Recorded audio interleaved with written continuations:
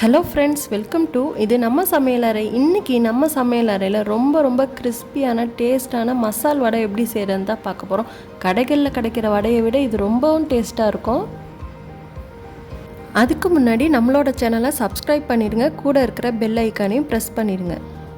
மசால் வடை செய்கிறதுக்கு 1/4 கிலோ கடலைப்பருப்பு எடுத்திருக்கேன். இது ஒரு அகலமான பாத்திரத்தில் சேர்த்துட்டு 2-3 தடவை வாஷ் பண்ணிவிட்டு தண்ணி ஊற்றி ஊற வச்சுடுங்க. 2 மணி நேரம் ஊற வச்சா போதும். அதிகமாக ஊற வச்சிங்கன்னா மசால் வடை கிறிஸ்பியாக கிடைக்காது. 2 மணி நேரம் மட்டும் ஊற வைங்க. இப்போது மசால் வடை செய்கிறதுக்கு என்னென்ன திங்ஸ் தேவைன்னு பார்க்கலாம். 15 சின்ன வெங்காயம் போல் எடுத்து நைஸாக கட் பண்ணி எடுத்திருக்கேன். 2 கொத்து கருவேப்பிலை, ஒரே ஒரு பச்சை மிளகாவையும் நைஸாக கட் பண்ணி எடுத்திருக்கேன். முடிஞ்ச அளவுக்கு சின்ன வெங்காயத்திலே செய்யுங்க, அப்போ தான் ரொம்ப டேஸ்ட்டாக இருக்கும். பருப்பு கூட சேர்த்து அரைக்கிறதுக்கு 2 பல்லு பூண்டு, ஒரு துண்டு இஞ்சி, 2 காஞ்ச மிளகாய் எடுத்திருக்கேன்.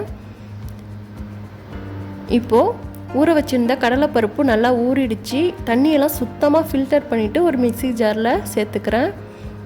ஒரு கைப்பிடி அளவு கடலைப்பருப்பை அரைக்காமல் தனியாக எடுத்து வச்சுக்கணும்.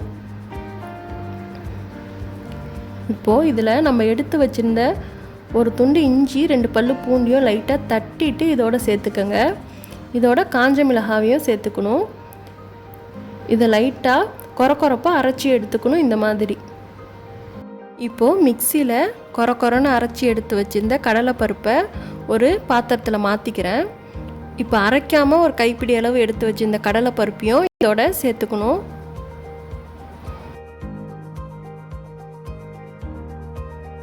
இப்போது இந்த கடலைப்பருப்பில் கட் பண்ணி வச்சுருந்த வெங்காயத்தையும் கருவேப்பிலையும் சேர்த்துக்கிறேன். இதோட 1 டீஸ்பூன் பெருஞ்சீரகத்தூள் சேர்க்குறேன். முழு பெருஞ்சீரகமும் சேர்க்கலாம், தூளும் சேர்த்துக்கலாம். நான் பெருஞ்சீரகத்தூள் தான் சேர்த்துருக்கேன். இதோட 1 டீஸ்பூன் உப்பு சேர்த்துட்டு இதை நல்லா பிணைஞ்சி விட்டுக்கணும். வெங்காயம்லாம் எல்லா சைடும் சேர்கிற மாதிரி நல்லா மிக்ஸ் பண்ணி விட்டுட்டு, தண்ணிலாம் எதுவுமே சேர்க்கக்கூடாது. இந்த மாதிரி நல்லா மிக்ஸ் பண்ணி விட்டுடணும். இப்போது வெங்காயம்லாம் சேர்த்து நல்லா பிசைஞ்சதுக்கு அப்புறமா லாஸ்ட்டாக பச்சை மிளகா சேர்த்து லைட்டாக மிக்ஸ் பண்ணி விட்டுக்கிறேன். நீங்கள் வெங்காயம் சேர்க்கும் போதே பச்சை மிளகா சேர்த்து நல்லா பிசைஞ்சு விட்டோன்னா ரொம்ப காரமாக போயிடும். சின்ன பசங்களாம் இருந்தால் சாப்பிட மாட்டாங்க. அதனால் லாஸ்ட்டாக சேர்த்துட்டு லைட்டாக மிக்ஸ் பண்ணி விட்டுக்கிறேன். இப்போது இதில் கொஞ்சமாக மாவு எடுத்து இந்த மாதிரி உருண்டை பிடிச்சி பார்த்துக்கோங்க.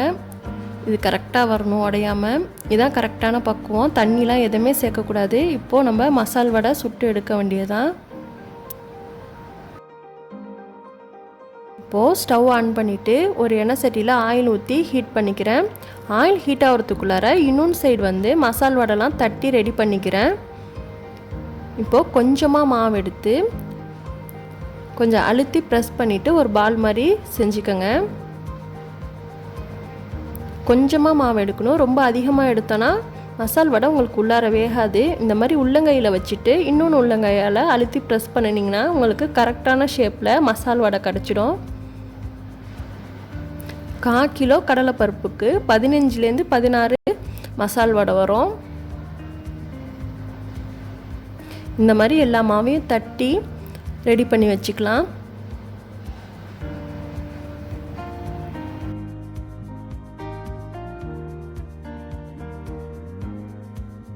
மசால் வடைலாம் இந்த மாதிரி தட்டி எடுத்ததுக்கப்புறமா ஆயிலில் பொரித்து எடுத்துக்கணும். கொஞ்சம் கொஞ்சமாக போட்டு பொரித்து எடுக்கணும். ரொம்ப அதிகமாக போடக்கூடாது. ஆயில் நல்லா ஹீட்டாக இருக்கணும். லேசான ஹீட்டில் போட்டிங்கன்னா மசால் வடை கலண்டு போயிடும். நல்லா ஹீட்டாக இருக்கும் போது போடணும்.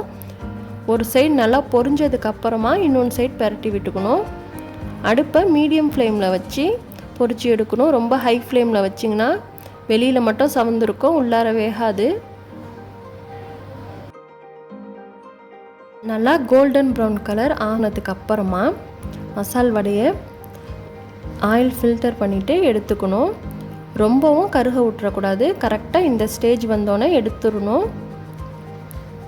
அவ்வளோதான். ரொம்ப சூப்பராக கிறிஸ்பியாக சுட சுட மசால் வடை வீட்டிலே ரெடி பண்ணியாச்சு. கண்டிப்பாக உங்கள் வீட்லேயும் இன்றைக்கே ட்ரை பண்ணி பாருங்கள். இப்போது மீதி இருக்கிற மசால் வடையும் பொரித்து எடுத்துக்கிறேன்.